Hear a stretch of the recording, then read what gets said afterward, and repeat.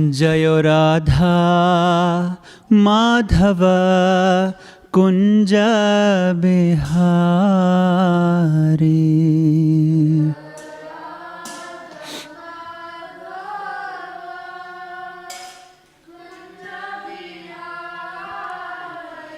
जयो राधा माधव कुंज बिहारी।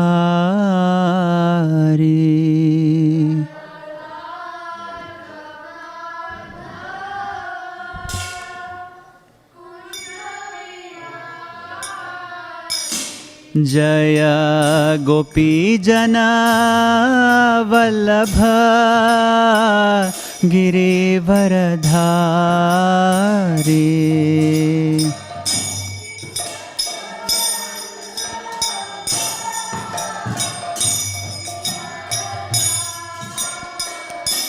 जय गोपी जना वल्लभ गिरिवरधारी।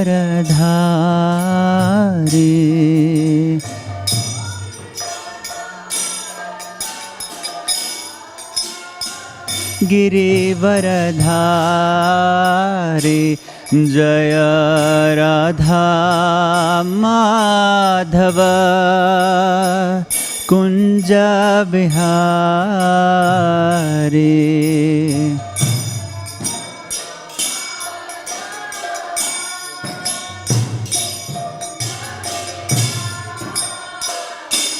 जय गोपी जना वल्लभ गिरिवरधारी।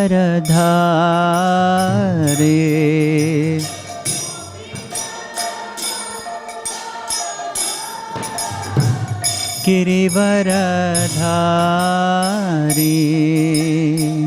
यशोदनंदन ब्रज जन रंजना।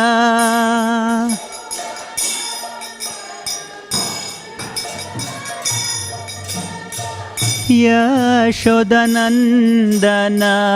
ब्रज जन रंजना।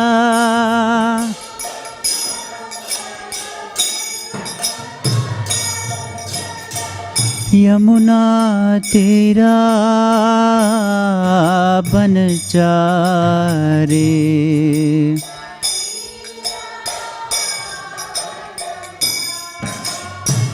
यमुना तेरा बनचारी।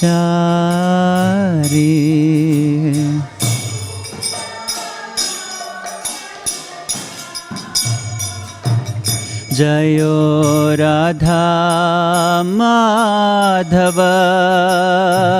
कुंज बिहारी।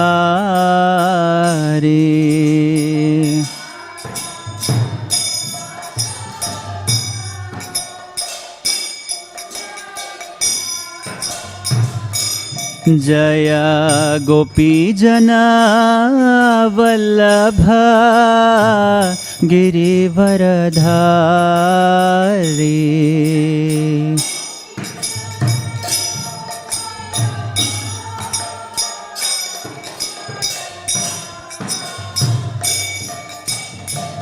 यशोदनंदन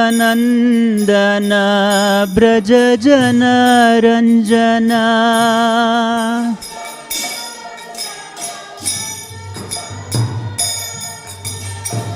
यशोदनंदन ब्रज जन रंजना।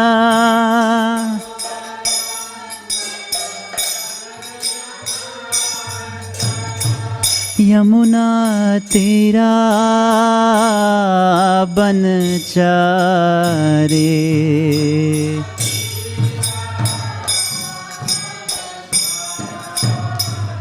यमुना तेरा बनचारी।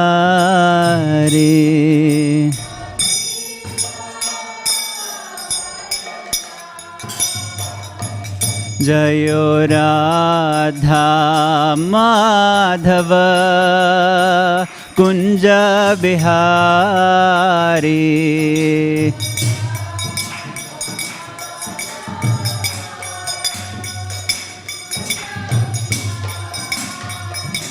Jayo Radha Madhava Kunja Vihari.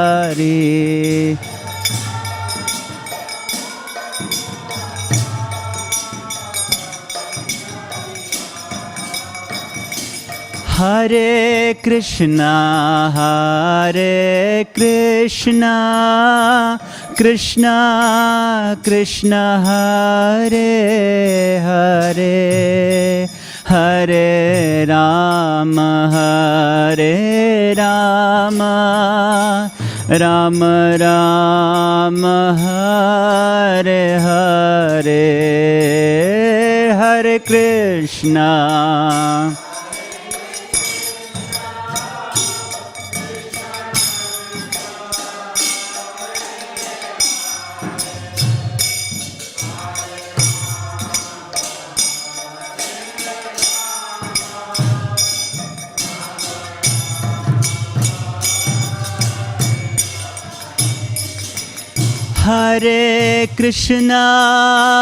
Hare Krishna, Krishna Krishna, Hare Hare, Hare Rama,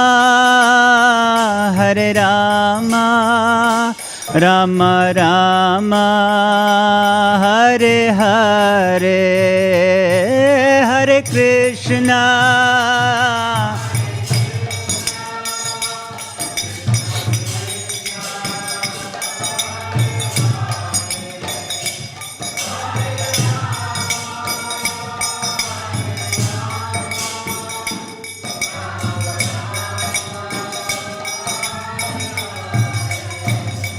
Jayo Prabhupada,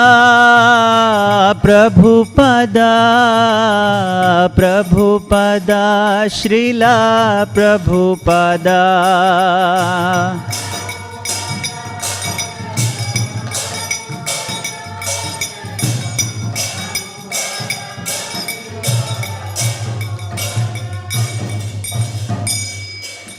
Srila Prabhupada ki jai. Jai Om Vishnupada Paramahamsa Parivrajakaacharya Ashtotara Shata Shri Śrīmad His Divine Grace A.C. Bhaktivedanta Swami Srila Prabhupada ki jai.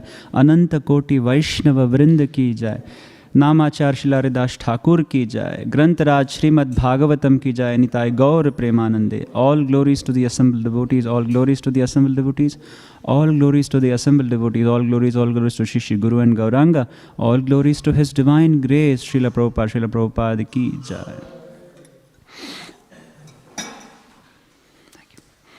Om Namo Bhagavate Vasudevaya.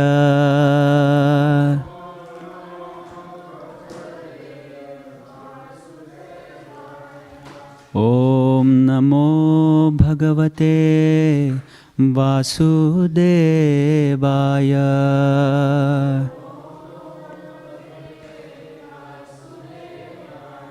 Om Namo Bhagavate Vasudevaya.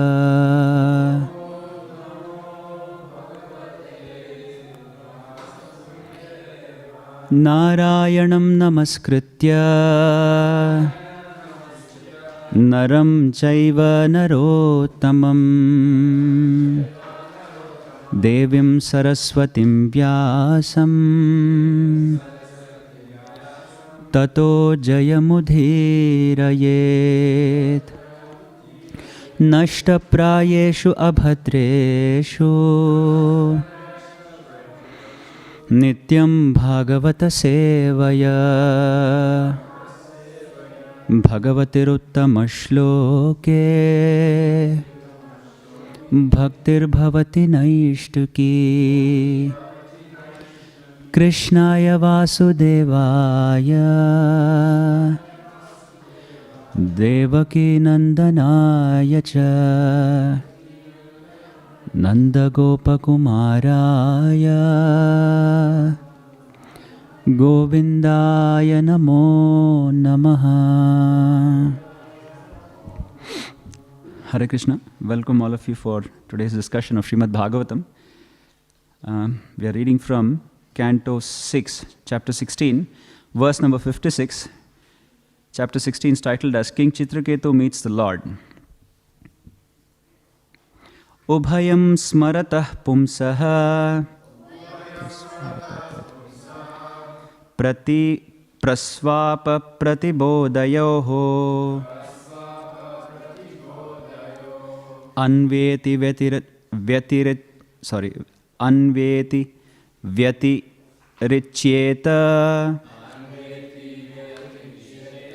tadjnanam brahma tatparam. Ubhayam smaratah pumsaha prasvapa pratibodayoho anveti vyatiricyeta tadjnanam brahma tatparam. Ubhayam smaratah pumsaha prasvapa pratibodayoho anveti vyatiricyeta tadjnanam brahma tatparam.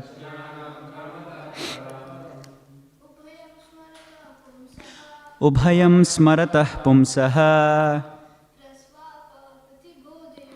prasvapa pratibodhayoho anveti vyatiricyeta tadjnanam brahma tatparam. Ubhayam smaratah pumsaha prasvapa pratibodhayoho anveti vyatiricyeta tadjnanam brahma tatparam. Ubhayam smaratah pumsaha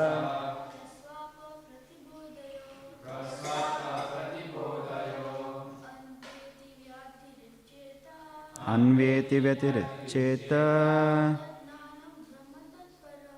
tadjnanam brahma tatparam. Matajis. Come on.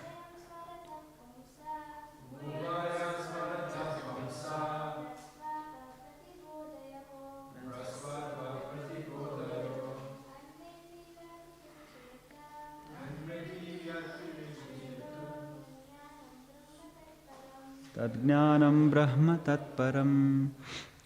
Ubhayam, both types of consciousness, sleep and wakefulness. Smarataha, remembering. Pumsaha, of the person. Prasvapa, of consciousness during sleep. Pratibhodayo, and of consciousness while awake. Anveti extends through. Vyatiricyeta may reach beyond. Tat, that. Jnanam, knowledge. Brahma, the supreme Brahman. Tat, that. Param, transcendental. Translation and purport by His Divine Grace Srila Prabhupada. Srila Prabhupada ki jai. If one's dreams during sleep are merely subject matters witnessed by the Supersoul, how can the living entity who is different from the Supersoul remember the activities of dreams? The experiences of one person cannot be understood by another. Therefore, the knower of the facts, the living entity who inquires into the incidents manifested in dreams and wakefulness, is different from the circumstantial activities. This is a very important line. I'll repeat that again.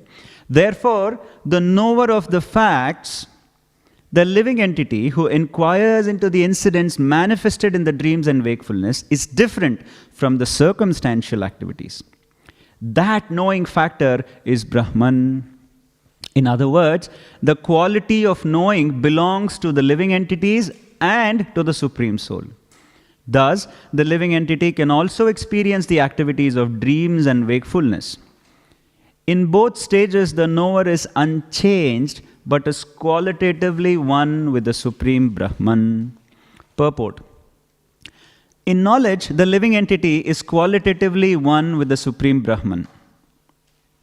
In knowledge, the living entity is qualitatively one with the Supreme Brahman, but the quantity of the Supreme Brahman is not the same as that of the living entity, who is part of the Brahman.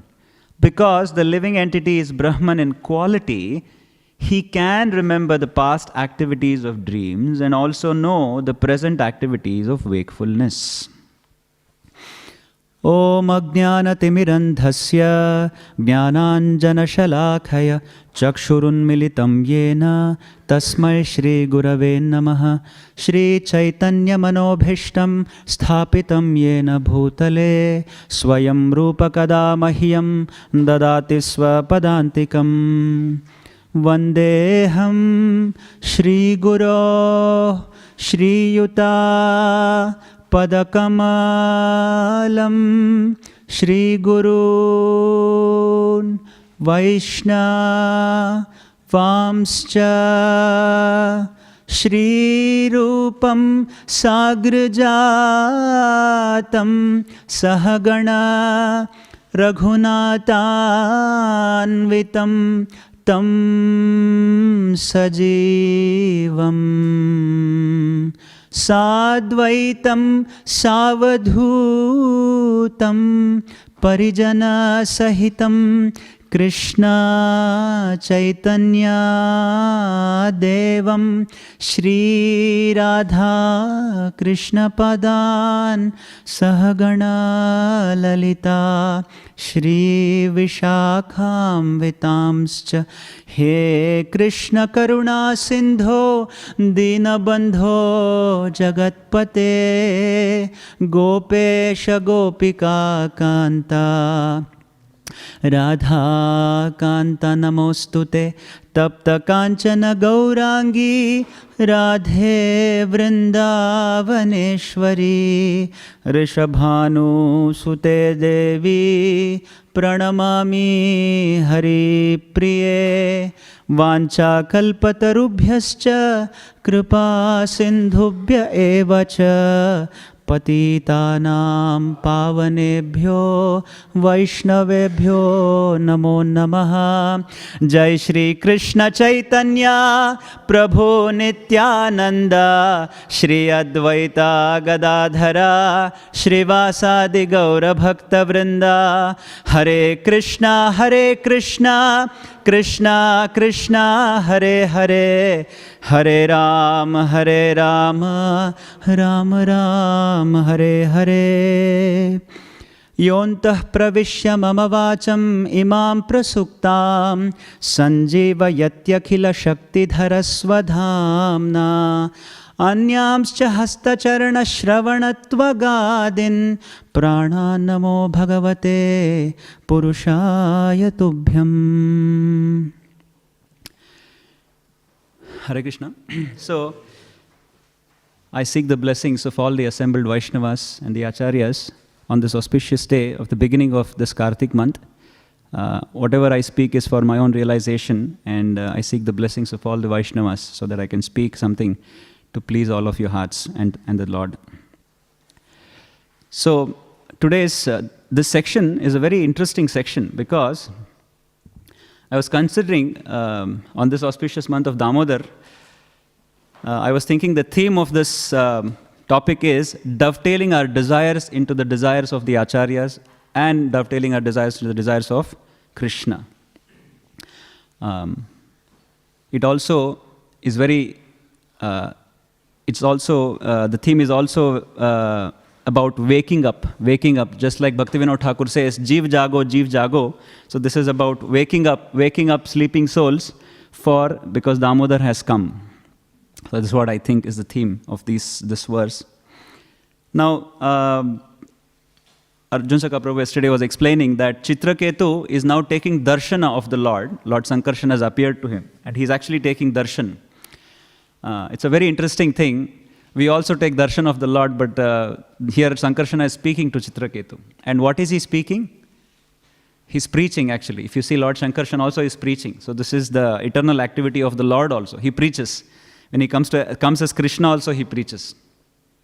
Here, Lord Sankarsana is preaching, and he's preaching. We don't know. We only know that Lord Sankarsana is preaching because Veda Vyasa is preaching to us through Bhagavatam. So therefore, we know. Now, this section starts from 53. Actually, if you see, 53, 54, 55, 56, they're all related. Because they're very important and very critical for any spiritual pursuer. I'll just read the last section of 53, 54. The Lord said, all conditions of deep sleep, dreaming, and wakefulness are but energies of the Supreme Personality of Godhead.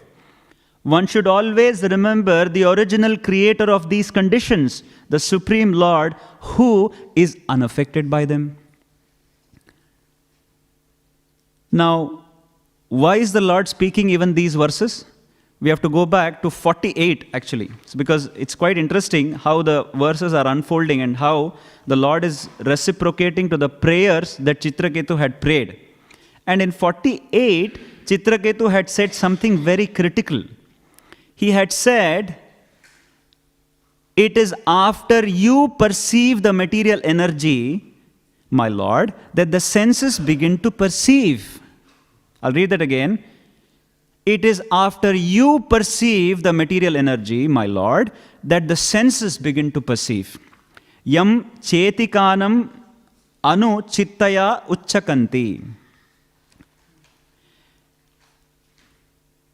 Now, why this is interlinked and why this is important is our whole life consists of 3 states of consciousness. What are they?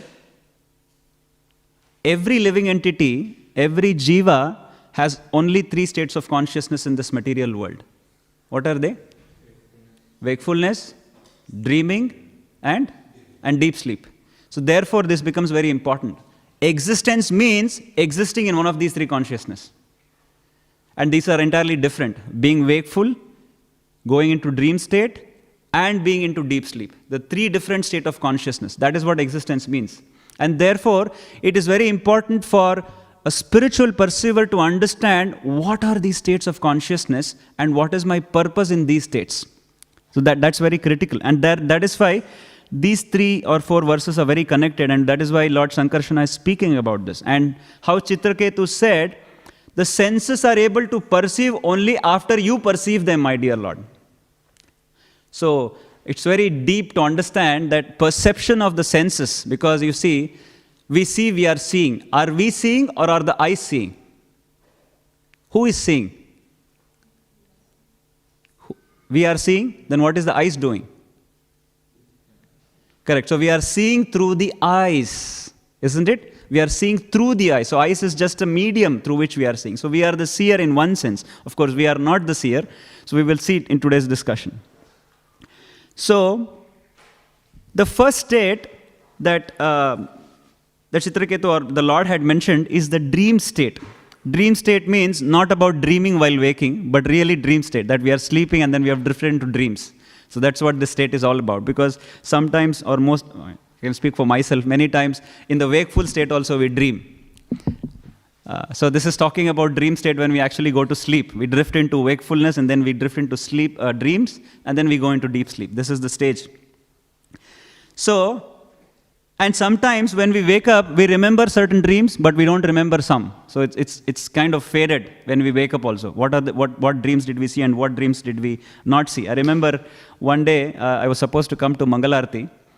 I had a bad night because my neighbor had music running all over the night. So in the morning, I don't know when I switched off my alarm, I was dreaming. So I drifted into dream state again after waking up. And in my dream, I woke up, I took a shower, I was brushing my teeth, I took a shower, and I was ready. I was wearing my dhoti, and I was entering the temple. But then the alarm rang again, 6:30 a.m. I realized it was 6:30 a.m., so it was all a dream. I was doing Mangalarti in the dreams only. So I was bathing in the dream, brushing in the dream. So everything happened in the dream. So it's very interesting. So how dream and how mind is so powerful. Actually, it projects a phantasmagoria, a picture inside our own existence. And still we can experience. So many times, we dream that I'm the richest man in the world. So many times, we at least dream to become the rich man in the world, or to become strong, or whatever our desires are there. Oh, I wish I become this, you see. And then sometimes we see them in the dreams, you see. But an intelligent person will inquire, do we have, okay, I'll ask a question. Do we have any control on our dreams or what dreams we see in our sleep? Do we have any control? We absolutely do not have any control on the dreams we see in the sleep. Because if we do, then probably we could have dreamt what we want to dream. Is it not? So if I'll go to sleep today and say, I want to dream specifically being in Goloka Vrindavan. Possibly I'll be dreaming sitting in a pub somewhere or in some Melbourne's, pristine pubs you don't know what takes my mind somewhere. So an intelligent person might inquire, who controls my dreams? Who orchestrates my dreams? I want to dream something, but it seems that I do not have control in what I dream. So this is what an intelligent person should inquire. And also that the dreams are not coherent.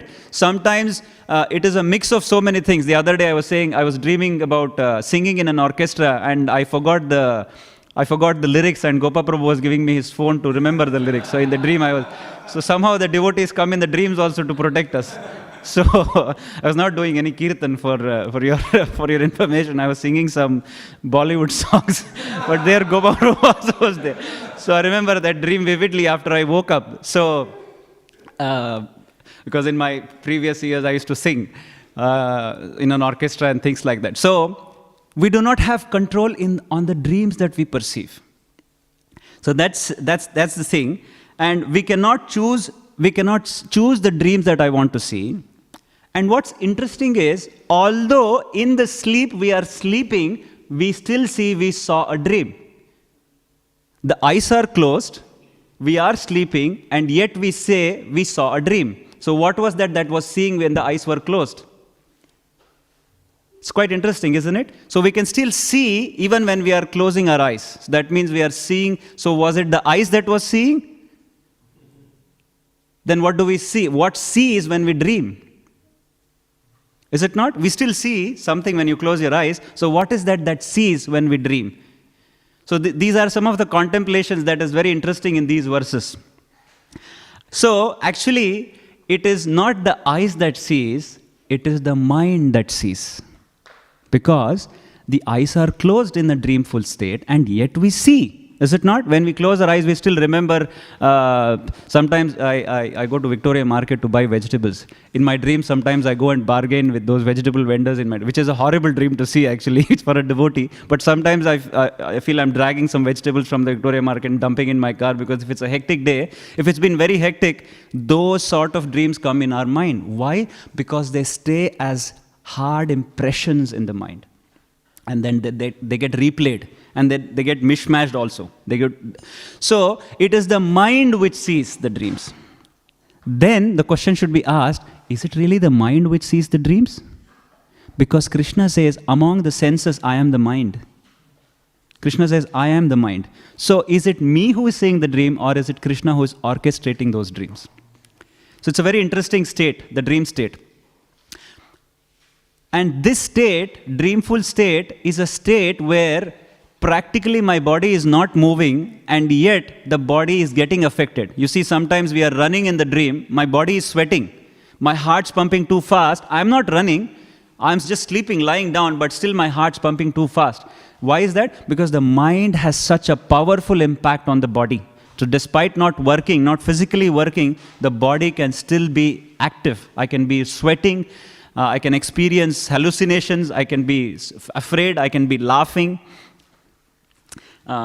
Sometimes, my son Krishna, he has a problem sometimes. Many times when he was young, he will just get up and walk towards the door, and he'll be pushing the door. And sometimes we have to wake up and see he's at the door. So he's walking in the dream. So people walk in the dreams also. You've heard that? So people walk in dreams, and they're completely not aware of it. They're not aware that they've been walking. So it's quite an interesting state, actually, dreamful state. So the acharyas have tried to analyze these states. I started with the dream state. Let's go to the actual dream state, which is called wakeful state.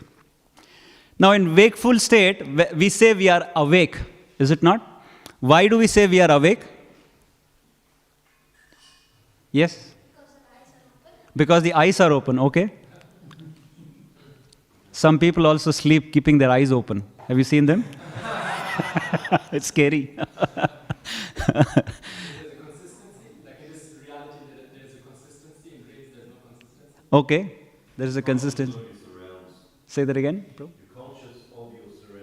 You're conscious of your surroundings. Okay, that's also right. You've woken up from the sleep, so therefore it distinguishes that it's a wakeful state.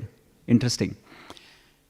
How many times we are awake and yet we have ignored so many things around us? How many times I might walk right into Prabhuji, but I might not see him? Have you experienced that sometimes? Because let's say something very important has come upon and you have to act on it. And your mind is meditating on something very, very critical and important. Right? And sometimes your friend comes in front of you, you've ignored him. I'll give you another example. Children watching TV. You watch TV? Okay. Children watching something, YouTube. Okay, I should say, very, very specific. Children watching YouTube. Do you watch YouTube? Yes. Okay. Because they don't have TVs these days in the houses of devotees. Okay. Now, when they are engrossed in watching something, and when the parents are calling them, they are awake, they are conscious, and yet they are not conscious. Yes or no? Is it not? Why? So therefore, even in a wakeful state, we can choose to become conscious or we can choose to become unconscious. But yet we are awake. Is it not? There is a distinguishing factor between being awake and being really awake. So therefore, that is why it becomes very important. And how many times we have seen a mobile phone taking away our attention when you're driving your car. I see many people texting while driving on the freeway. They'll be driving like this and they'll be doing like this. And I'm sure they'll be texting. So what is that? That is they're awake, but they're not awake. They are not aware of their surroundings. Why? Because something has taken over their mind. Something is taken over their wakeful state. They are engrossed in something. And this can happen in a good sense as well, which is a very powerful thing, because it is exactly this state that we want, especially for those who are interested in spiritual benefit. Because mind is so powerful that whether in the dream state or wakeful state, there is a principle, and that principle is called as principle of absorption. We can get absorbed in something. That is true. Right? And that absorption can be an absorption for good, or it can be absorption for destruction. See, that's why Bhakti Rasamrit Maharaj says these are weapons of mass distraction, how we can get distracted. Now, the third state, which is a very interesting state, it's called as what? Deep sleep. In the wakeful state and in the dream state, in the wakeful state, we are aware of our body. We wake up and I can say I'm a boy, I'm a man, I'm a human, I'm seeing things around me, I'm perceiving this to be wood, this to be a microphone, this to be a human, and things like that. In the dreamful state, we probably are aware of things around us, but we are not interacting with the gross matter, is it not? We are seeing and talking to people, but actually we are not seeing and talking to people. It's just a mental projection. Do you agree? Do you agree? When you dream something, let's say if I'm dreaming of eating rasgullas, I'm actually not eating rasgullas, but I'm dreaming and I'm relishing rasgullas in the dream. So it's a subtle state of existence, dream. So in the Sanskritam, each of these states have a meaning, have a word. The dream state is called as Taijasa. Taijasa means it's a subtle state of existence, where our gross existence is switched off, and we have gone to a subtle state of existence. But in that subtle state, that definition or identification that I am enjoying is still there. I am still experiencing things, and I am aware that I am experiencing things. And that is why when we wake up, I can also relate to certain dreams that I saw. Oh, Prabhuji, I saw a very good dream. I saw Srila Prabhupada in my dream. You see, I can remember certain dreams because you still can say, I remembered, I saw them, I saw that in my dream. And so do in the wakeful state, correct? But in the next state, which is deep sleep, which is called as prajna sthiti, in this state, it's a very interesting state because even scientists even today do not understand the mechanics of deep sleep. They think deep sleep is because of certain chemical reactions in the brain and therefore we sleep. Is it not? But if you see, trees can sleep for 2 months or 6 months. When trees hibernate in winter, you see the tree in front, we actually chopped off the tree that we had. The plum tree, Prabhuji, was it a plum tree? So these trees goes into hibernation for 6 months. They sleep. They don't cook, they sleep, right? And then they come back again in spring. So every living entity has a deep sleep state where they sleep. And when they sleep, it's a very powerful experience because there are 2 experiences in this existence of deep sleep. What is that? One existence is I'm completely unaware of my surroundings. And this is what state which the doctors use to do operations on us. They cut open our tummy and do any repairs in our body. Very powerful, deep sleep, because they can make us unconscious. Unconscious means I'm not conscious of my body. I'm not conscious of my surroundings. Let's say if I sleep and I keep my tablet next to me and I go to deep sleep, somebody nicks my tablet, I wouldn't know that he's stolen it, because I'm unaware. So, when I wake up from deep sleep, was I aware of the deep sleep or not? How many of you think you are not aware? How many of you think you are not aware of your existence at that time at all?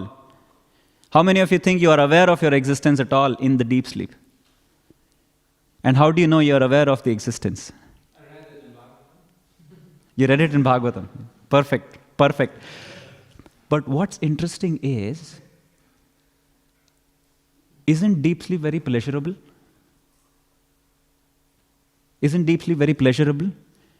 Don't we have experience of having deep sleep? Sorry, I'm putting someone to sleep here. Don't we experience deep sleep? Because when we wake up from deep sleep, what do we say? I had a good sleep, is it not? If we don't go to deep sleep, I will never say I had a good sleep. Therefore, there was certain experience of good sleep, and therefore deep sleep is pleasurable. Although it is called ignorant, it is ignorant of your existence, it is very pleasurable. Why is it pleasurable? Because the body rested? No, because you are not aware of your body at all. So what was pleasurable? Because in that state, I am not aware of my body. I am not aware of my body at all. What was pleasurable then? When I say I had a good sleep, what is that good sleep I am talking about? Good. Give rest to my mind. But do you think in deep sleep mind was existing? Because mind ka kaam dream mein band ho jata hai. When you are in dream state, your mind is working. But in deep sleep, the mind doesn't work because the mind is not even aware of yourself. If the mind was awake, somebody pinches you or some noise is around you, you might wake up. But certain states of deep sleep, you don't even know what's happened around you. So the mind is also not awake. The intelligence is not awake. The body is not awake. None of these 3 things are awake. So what is awake then? This deep sleep is called a state of pure consciousness, where there is absence of the false ego. Therefore, I feel good sleep is pleasurable. Because that I is also absent. That is deep sleep. So therefore, deep sleep is very powerful. And this also is induced by the Lord to say there is a state where you as false ego don't exist, but you exist as pure consciousness alone. Therefore, it's very pleasurable. But the problem is, I am not conscious of that existence. Therefore, it is ignorance. Does it make sense? I'm only conscious when I'm awake. But in the deep sleep, I'm not awake. I'm not aware of my pure existence, that I am not this body. But the Lord is giving me that experience. You're not this body. You're not this mind. See, you can experience it every day. You can experience this every day. Therefore, it is very pleasurable when I actually get deep sleep. But think about it. Who cannot do deep sleep? There is something called as this disease. What is this disease where people they lack sleep? Insomnia. People struggle because of insomnia. They take tablets to put them to, if they don't sleep also there is a problem. There is a disease, you see. So therefore the Lord withdraws the potency, therefore you can't sleep.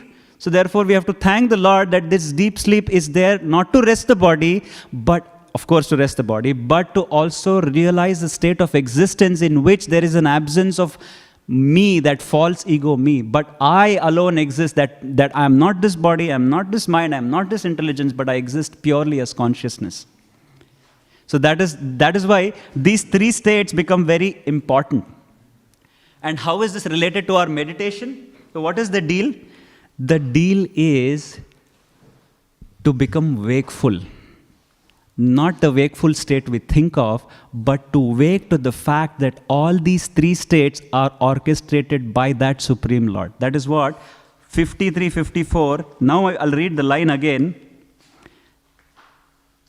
Then all the conditions of deep sleep, dreaming, and wakefulness are but energies of the Supreme Personality of Godhead. One should always remember the original creator of these conditions. So therefore, who puts me into wakeful state? Who puts me into dream state? Who puts me into deep sleep? Let's say somebody says, I don't want to sleep, Prabhuji. I'll stay awake for 7 days. Is it possible? No. By force, we will fall asleep. So much powerful sleep is. Krishna is saying, Sankarshan is saying, I am the one who induces these conditions in the living entities.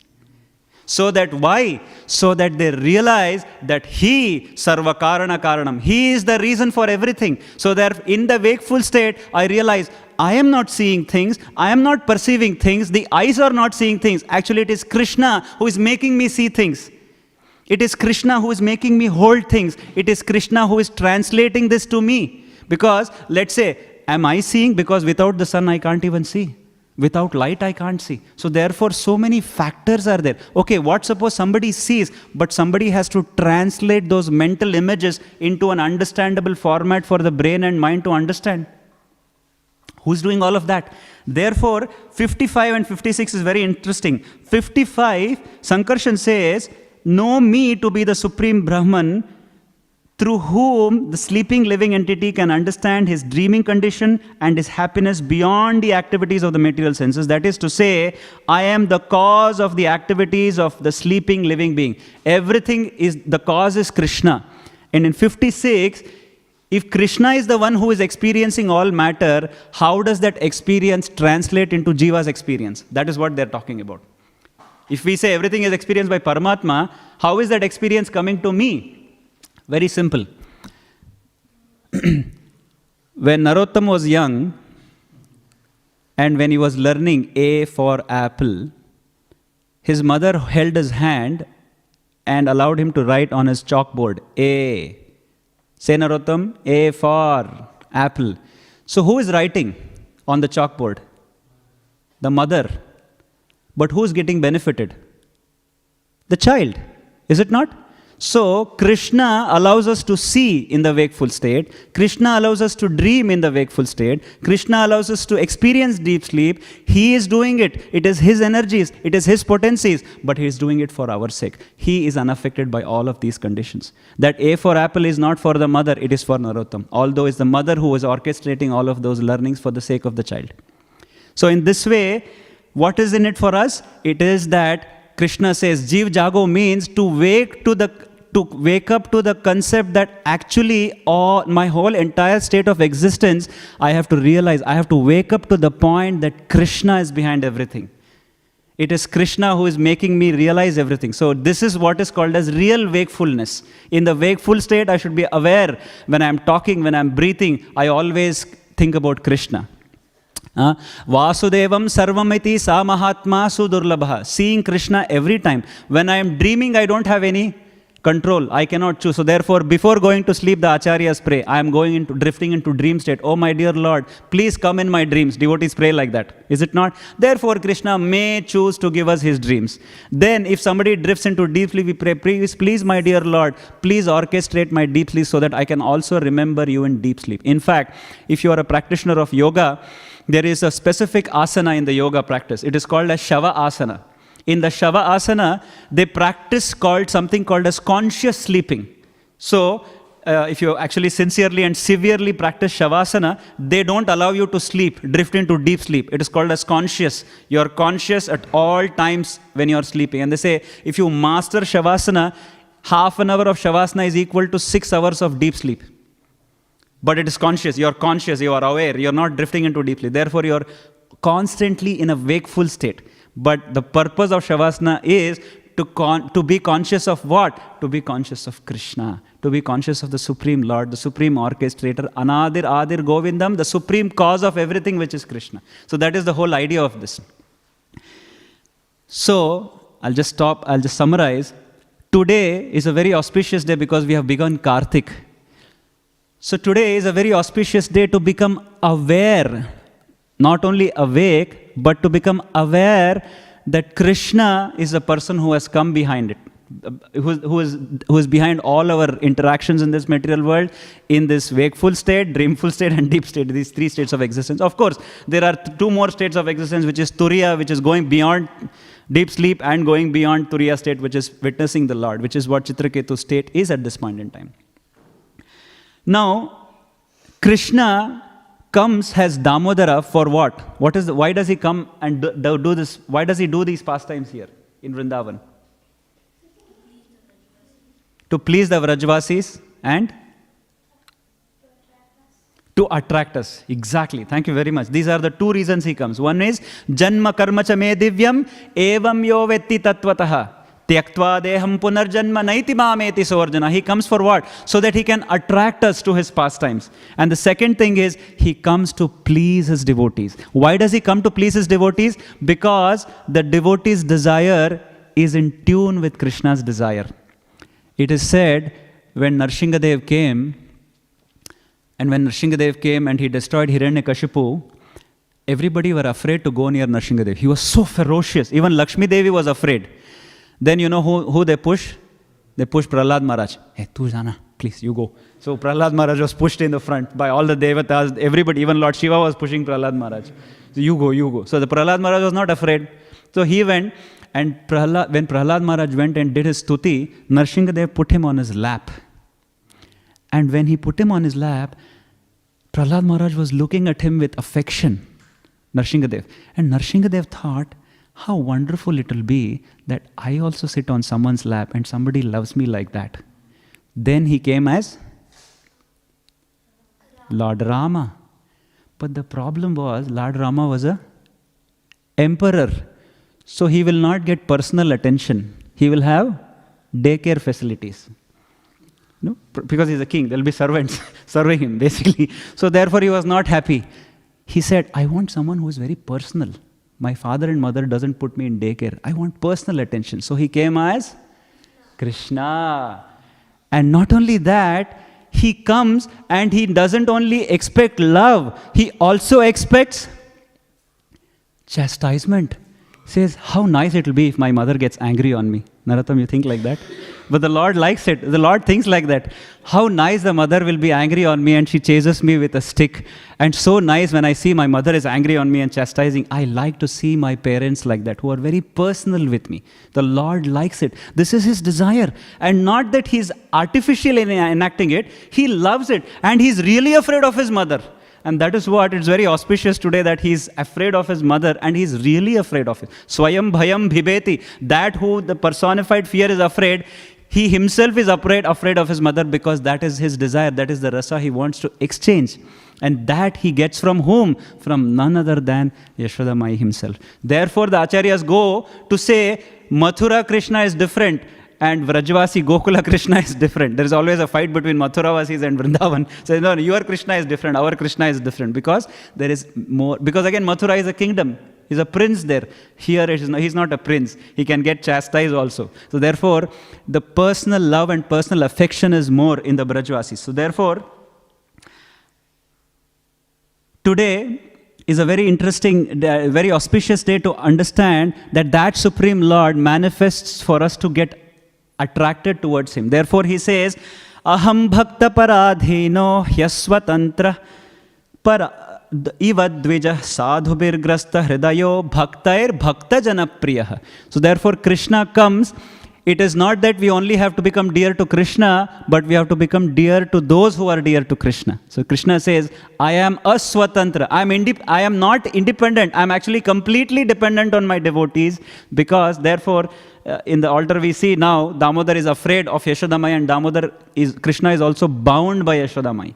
So it's very inconceivable for someone who sees God as a controller. So God is a person, and God likes also to be controlled, because he needs to have these loving exchanges with his devotees. And one has to come to an awareness of this fact that Supreme Brahman is none other than the cowherd Krishna, who plays in the Angan, in the cowherd shed, in the cow sheds of Vrindavana in Nanda Maharaj's palace. So that is what I wanted to share. Thank you everyone, and seeking your blessings on this auspicious day. If there are any questions, comments, or realizations, if somebody wants to share. Yes? Say.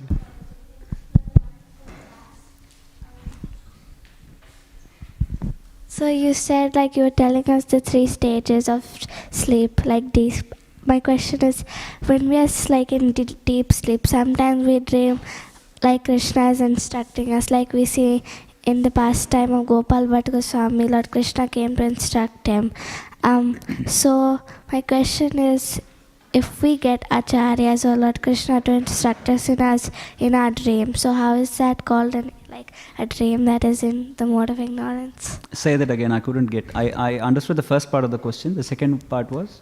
If we have Lord Krishna instructing us in our dreams, or our gurus instructing us in our dreams, so how can we take it as a dream in ignorance? Okay. Acharyas see the Supreme Lord in the dreams, like Gopal Bhatta Goswami. Yeah. And sometimes we also see Guru Maharaj instructing us in our dreams. How do we understand that that's not in ignorance? That's what you mean? Okay. Although dreamful state is not a wakeful state, if we are seeing the Lord, if we are seeing our acharyas in the dream, then it's not an ignorant state. It's a very heightened state, because you are seeing an acharya or a Vaishnava in your dream. So this is the perfection of one's consciousness.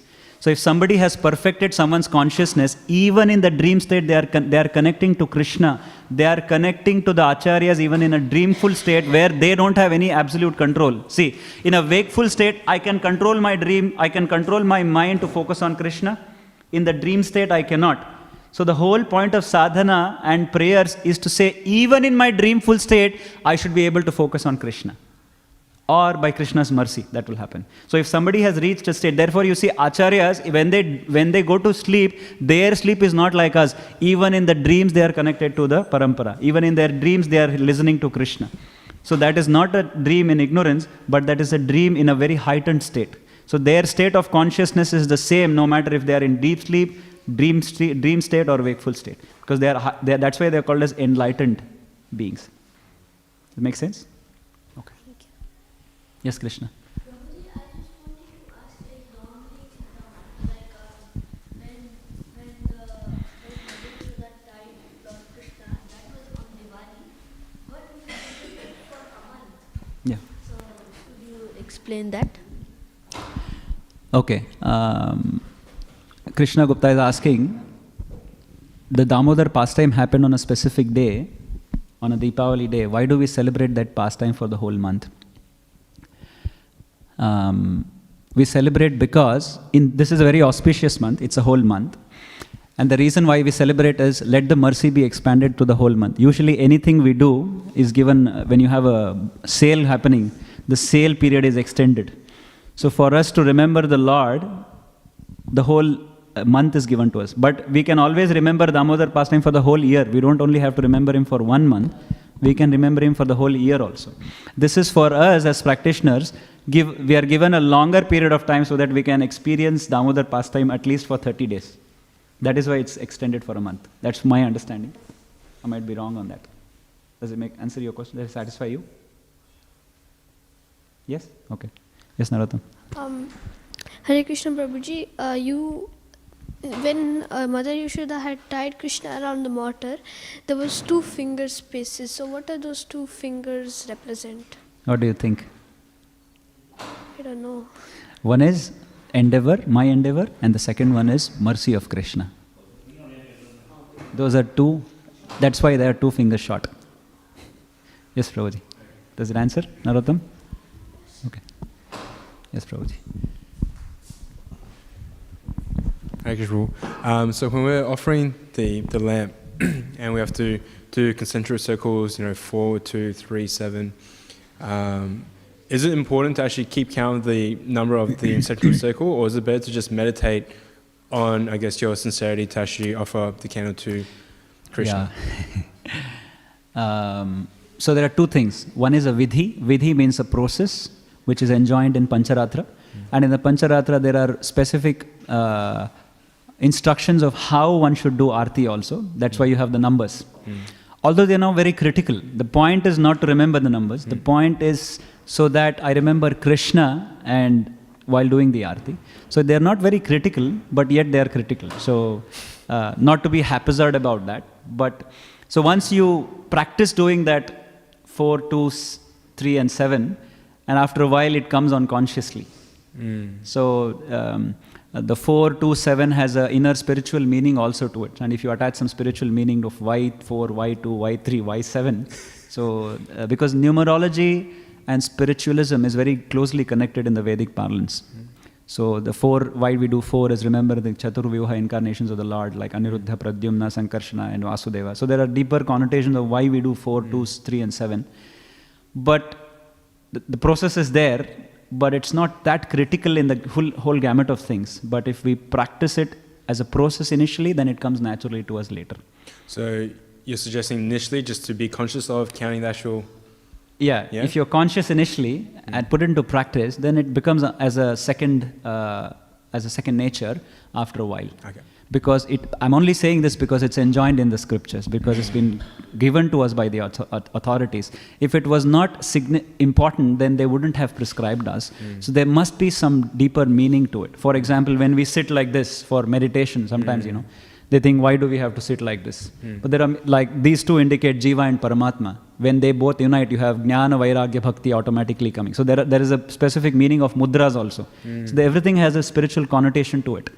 But sometimes it becomes too onerous to get into all of that. So they say, okay, just follow the process for now until it becomes a second nature. I see.